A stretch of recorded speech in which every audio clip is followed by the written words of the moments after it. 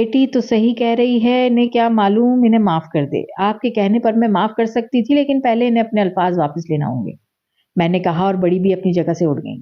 الفاظ واپس لیتی ہے میری جوتی، جب چاند چڑھے گا تو دنیا دیکھے گی، یہ کہتے ہوئے دروازے کی طرف چل دیں۔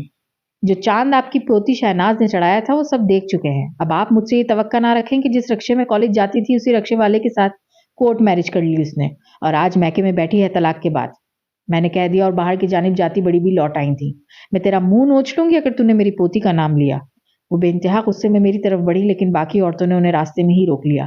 اس وقت تو معاملہ ٹھنڈا ہو گیا، لیکن جیسے ہی تمام عورتیں گئیں اماں نے مجھ پر چڑھائی کر دی۔ کیا ضرورت تھی تجھے یہ سب کہنے کی؟ اماں نے کہا۔ پھر جیسے ہی ابا نے قدم گھر میں رکھا تو اماں نے ساری باتیں ابا کو بتا دیں۔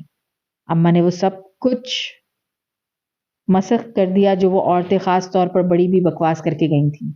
ابا نے اماں کی بات خاموشی سے سنی اور پھر مجھے آواز دی، اور میں نے وہ سب کچھ بغیر ایک لفظ کاٹے منو ان ابا کو بتا دیا۔ تم نے اتنی بڑی عمر کی عورت کو اس کی پوتی کا تانا کیوں دیا؟ اماں نے کہا۔ تو یہ بات تسلیم کر لیتی کہ چونکہ میری شادی نہیں ہو سکی تو شام میں مردوں کی تلاش میں نکلتی ہوں، میں نے اپنے غصے پر قابو پاتے ہوئے کہا۔ میں تو یہ کہہ رہی ہوں کہ اس کا تو کام ہے دوپہر کے بعد گھر گھر جانا، اب تو جانے اس بات کا وہ کس طرح کا مطلب نکالے گی اور کہاں کہاں پھیلائے گی۔ تم اگر پہلے سے ہی سختی سے بات کر لیتی تو اسے کمرے سے نکل کر ان کے منہ لگنے کی ضرورت ہی پیش نہ آتی۔ ابا نے بڑبڑاتے ہوئے میری حمایت کی۔ پھپھو سے ہمارا ہر طرح کا رابطہ ختم ہو چکا تھا، لیکن اڑتی خبریں ہم تک پہنچ ہی جاتی تھیں۔ پہلی خبر تو یہ آئی کہ دلشاد اور اس کی خوبصورت بیوی کے اختلافات شروع ہو گئے۔ خود پھپھو اپنی بہو سے خوش نہیں تھی، وہی پھپھو جن کے بارے میں اطلاعات ملتی رہتی تھیں، وہی پھپھو جو ولیمے میں اپنی بہو پر صدقے واری جا رہی تھی، بار بار یہ کہتی ہوئی پائی گئی تھیں، پتہ نہیں کیوں میں نے اس کلوٹی سے اپنی بیٹے شہزادے جیسے بیٹے کی منگنی کر دی تھی۔ اب دیکھو کتنا زبردست جوڑ لگ رہا ہے۔ وہ پھپھو جن کے بارے میں رشتہ دار خواتین بتاتی تھیں کہ پھپھو یہ کہتی ہیں کہ شاید میری عقل پر پتھر پڑ گئے تھے، جب رشتہ دار خواتین میری تعلیمی قابلیت کے بارے میں ذکر کرتی تو وہ یہ کہتی تھیں کہ ایسی ڈگریوں کو چاٹنا ہے۔ وہی پھپھو اب جب رشتہ دار خواتین ان کی بہو کی خوبصورتی پر بات کرتی ہیں تو کہتی ہیں، ارے چھری اچھی ہو تو کیا سینے میں اتار لیں؟ میں نے ایم اے انگلش میں بھی پہلی پوزیشن لی تھی، اب میری تمام تر توجہ لاء کی ایجوکیشن اور سی ایس ایس کرنے پڑتی۔ میں نے سی ایس ایس کے امتحانوں کا فارم بھرا تو مجھے کچھ یاد نہیں رہا۔ کھانا بھی اس وقت کھاتی تھی جب اماں زور دیتی۔ میرے کمرے میں پنکھا تھا، لیکن میں پڑھائی کرتے وقت اسے چلاتی نہیں تھی کیونکہ پنکھے کی آواز سے میں ڈسٹرب ہوتی تھی۔ ابا نے میری یہ حالت دیکھی تو ایک اے سی کمرے میں لگوا دیا۔ میرا چھوٹا کمرہ تھا لیکن اے سی کمرے کے لیے کافی تھا، لیکن ابا سے میں نے شکایت کی تھی کہ اے سی سے مجھے نیند آ جاتی ہے اور میں پڑھ نہیں پاتی۔ میری ماں میرے لیے چائے بناتی۔ ابا سے میں نے کسی ڈاکٹر سے نیند اڑانے والی دوائیاں لکھوا دیں۔ سی ایس ایس کے امتحان شروع بھی ہوئے اور ختم بھی ہو گئے۔ مجھے پوری امید تھی کہ اس بار میں ٹاپ کروں گی، پھر جب رزلٹ آیا تو میری توقع کے مطابق تھا۔ ابا نے اپنے باس سے ذکر کیا تو وہ بہت خوش ہوئے۔ انہوں نے 1000 کا نوٹ دیتے ہوئے ابا کو کہا کہ خالی ہاتھ گھر نہ جانا، مٹھائی لیتے ہوئے جانا۔ ابا نے ان 1000 روپوں میں اپنے پیسے شامل کر کے پورے محلے کے لیے مٹھائی بنوائی۔ اس بڑی بئی کے گھر تو میں خود گئی۔ میں نے سی ایس ایس بھی پاس کر لیا، میں نے کہا۔ میرے بیل بجانے پر بڑی بھی خود دروازے تک آئی تھیں، ان کے ساتھ ان کا پوتا بھی تھا جو انٹر میں پڑھ رہا تھا۔ یہ کیا ہوتا ہے؟ بڑی بی نے سوال کیا۔ سوال مجھ سے کیا گیا تھا مگر جواب ان کے پوتے نے دیا۔ دادی، بہت بڑا امتحان ہوتا ہے، پورے پاکستان سے چند ہی لوگ پاس کرتے ہیں، پوتے نے کہا، اور بڑی بی مجھے عجیب سی نظروں سے گھومنے لگی۔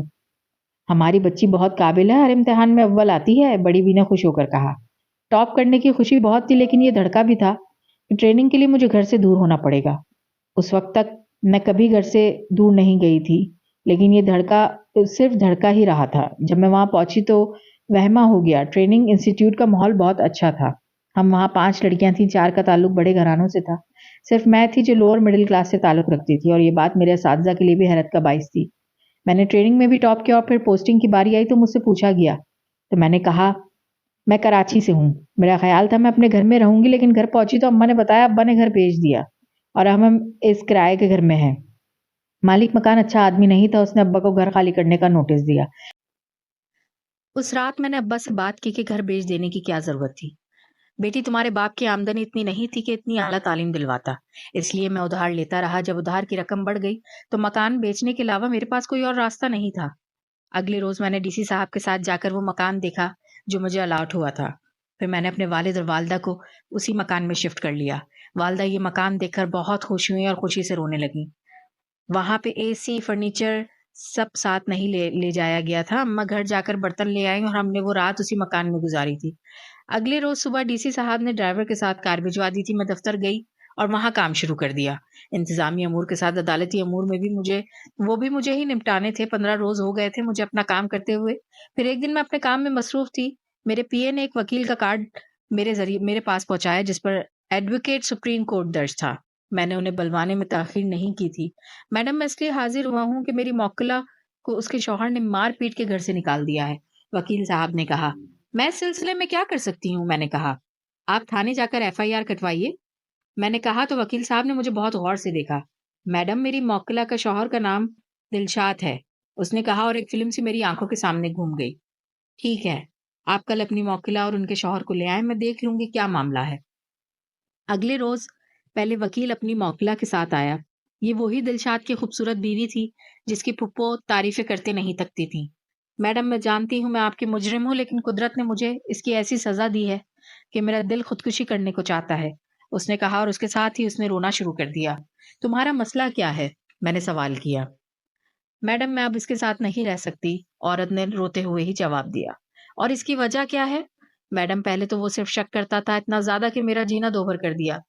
میں اس کی اجازت سے شاپنگ پر جاتی تھی لیکن اگر 10 منٹ کی بھی دیر ہو جاتی تو وہ مجھے بہت گالیاں دیتا اور کہتا کہ کس کے ساتھ گئی تھی. اس عورت نے کہا جو اپنی خوبصورتی کھو چکی تھی اور اب ایک عام سی عورت لگ رہی تھی. میڈم پرسوں اس شخص نے باقاعدہ مجھے مارا اور میری 3 ماہ کی بچی کو بھی مجھ سے چھین لیا اور مجھے گھر